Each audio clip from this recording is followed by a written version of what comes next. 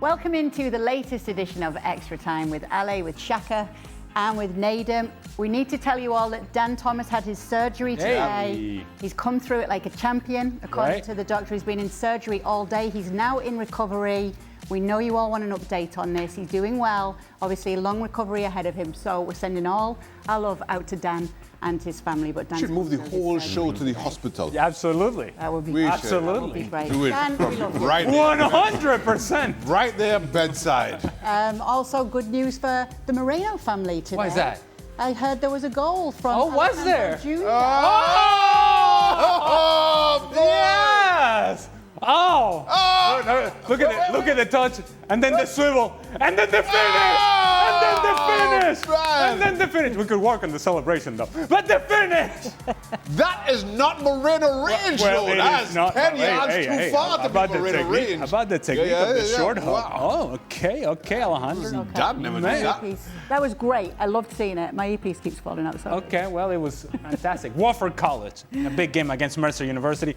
We don't want to actually update what the final score was. Not important. The important thing is that. The important thing is that. But now I'm going to have to look it up. The important thing is that Alejandro scored, which then means he's got his seat back for Thanksgiving. Pedri, you're out. Alejandro, you can come home. That's some going, especially with Pedri playing how he is. Yes, Oh, yes, man, Pedri. Some going. Pedri, fuera. Ciao. He Ciao, couldn't Pedri. stop talking Alejandro, welcome home, I'm talking buddy. about Pedri today. We were talking about Africa qualifying, and he's talking about Pedri Yes, still. absolutely. Okay. All right, the extra time questions are printed a little funky, but we'll try, okay? All right. We're making All right. excuses already. Yeah, boy. For Ale, as a striker in your prime, which of these strikers would you start, bench, and drop to be your strike partner in their prime? Luis Suarez, Karim Benzema, or Sergio Aguero? Okay, to be my strike partner. So that's an important. Your strike Yes. partner. So that's an important aspect here because it would be a different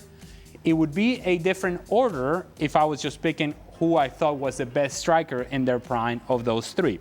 To be my strike partner, I would say Karim Benzema. Yeah.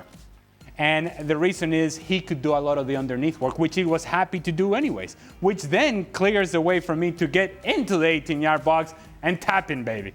So Luis Suarez and Sergio Aguero would actually get on my way because we would try to be doing the same thing. I would say Karim Benzema start, it's Karim Benzema bench, Karim Benzema sell. I play with Karim Benzema. The other guys, as much as I would have loved to have played with them, we would have been trying to do the same things. All right. Next question. Nedum.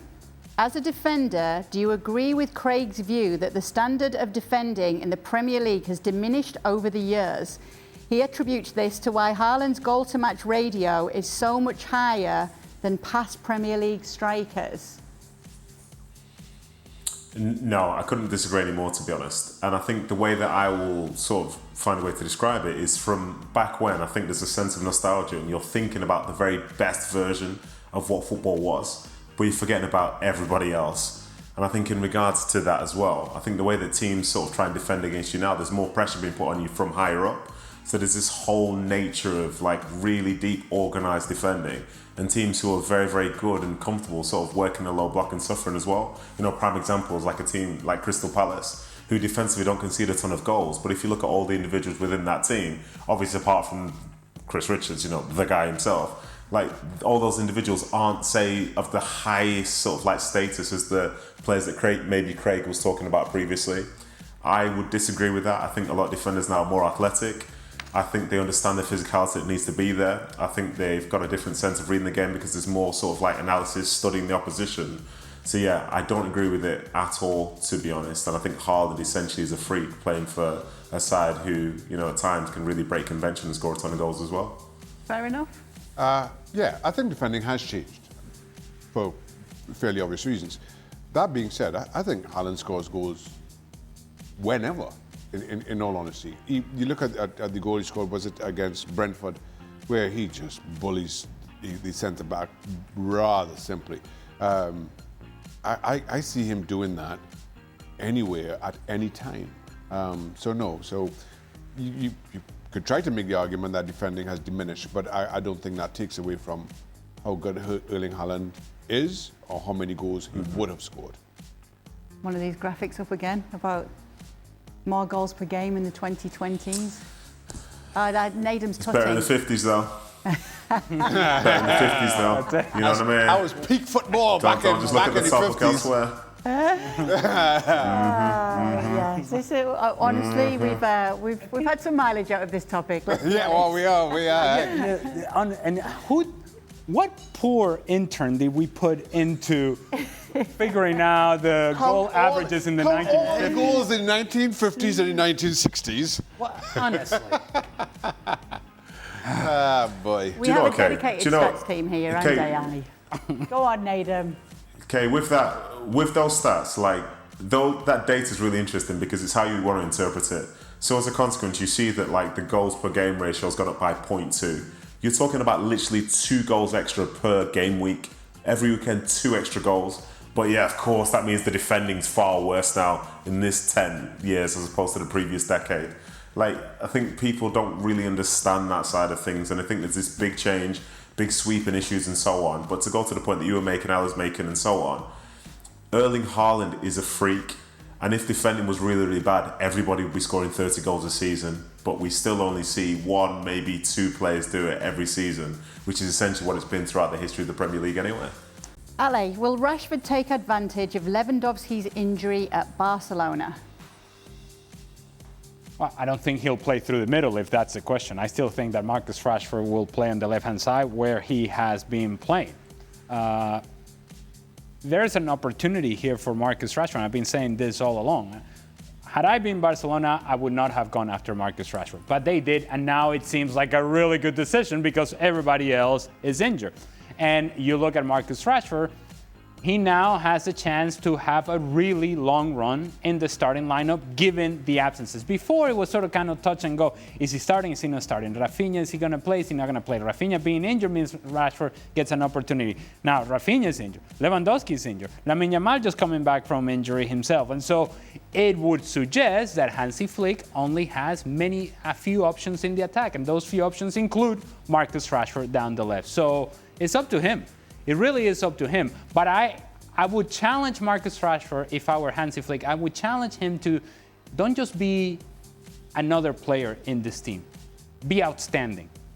You have the chance to have this fan base fall in love with you because you provide this team with something different, with a change of pace, with running over the top. Whenever we can get in behind, you can get in behind. You can be that guy. And they're looking for you to be that special player. Go ahead and be that player. Be outstanding so that this is not just because other people are injured. You are playing because you deserve to be on the field. Okay. The boys had a great debate about Liverpool's 11 for this weekend's game against Manchester United. For United, is the goalkeeper choice a difficult one between Altay and Le Mans? No, I think Amorim's kind of made stake who's his number one. I don't think there's any debate about that. My thing about Le Mans is young goalkeeper, inexperienced, coming in very inexperienced, coming to a club like Manchester United with the expectations that come with that club, regardless of them not being in Europe this season. Every single mistake is highlighted. He's still learning his trade, and learning a trade, mistakes are a part of that. That's my concern with Le Mans. Certainly not whether he's going to start. I think Amorim has kind of made that perfectly clear at this point. But if he's better than Altay, which he seems to be, although the sample size is small, but if he's better than the other guy, look, you can't hide him. Put him out there, and then whatever comes of it, comes of it. But you cannot continue to depend on the guy who's been making mistake after mistake after mistake. Start, bench or drop Nedum Managers Edition. Potter, Russell Martin, Ange Postecoglou. Oh, wow, car crash. I think in terms of stock in the English game right now, I think Graham Potter is probably going to be the one that would need to be sold. I think the opportunities he's had, maybe in a different world he does better, but they're really low. I think the Russell Martin failure will ban him from essentially getting a job in Scotland again. but he's also been a manager that's not really managed in the Premier League for that long as such. So I think he would be the one that would be on the bench, and Ange has to start because essentially, for now he's still technically in work. So yeah, Ange is the one who could potentially turn his time round at Forest, and he's got the chance to do it, whereas the other two are just going to be watching him, hoping that maybe he loses his job. All right, how many goals per game would Thierry Henry have if he played for Manchester City? Oh boy. Nathan, this is for you. We've got some mileage out of this question. Throw on the car in reverse. And Back up a little bit and now zooming up again. now we're in a cul-de-sac. We're in a traffic boy, we circle. just- We're in a roundabout. Oh my, it was scraping that barrel. Yeah.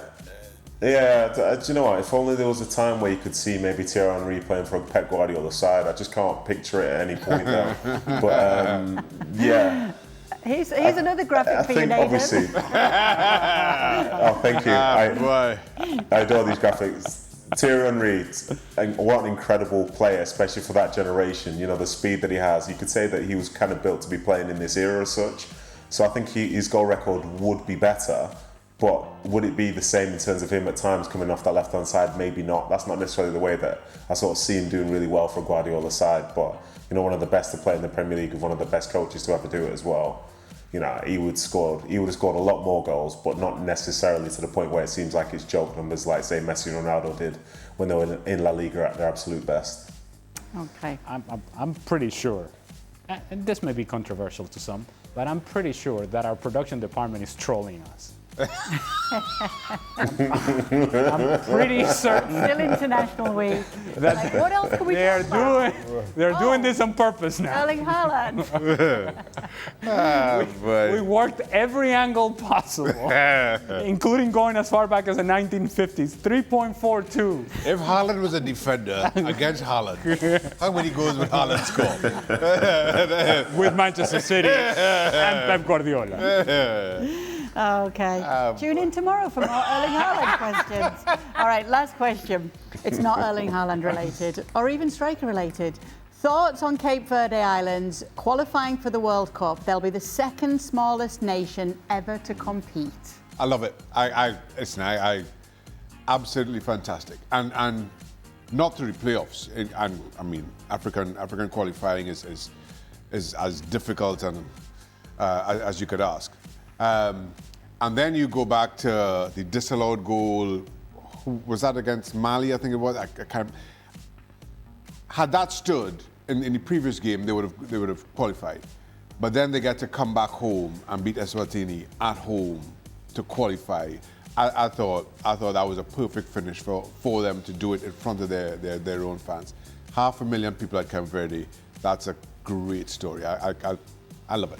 Yeah. There's 500,000 people in the eastern side of Caracas, and we're not in the World Cup. Look, I don't want to make this about Venezuela, but I'll tell you this much. It's yet another country in which I'll say, Trinidad made it to a World Cup, we didn't. Cape Verde made it to a World Cup, we didn't. The smallest ever nation, Iceland, made it to a World Cup. Okay, look. What's Iceland's That population? was 350,000. Okay. All I'm saying is, I'm happy for Cape Verde, but it does absolutely nothing for me and my country and our disappointment. How many people? What's the population of Venezuela?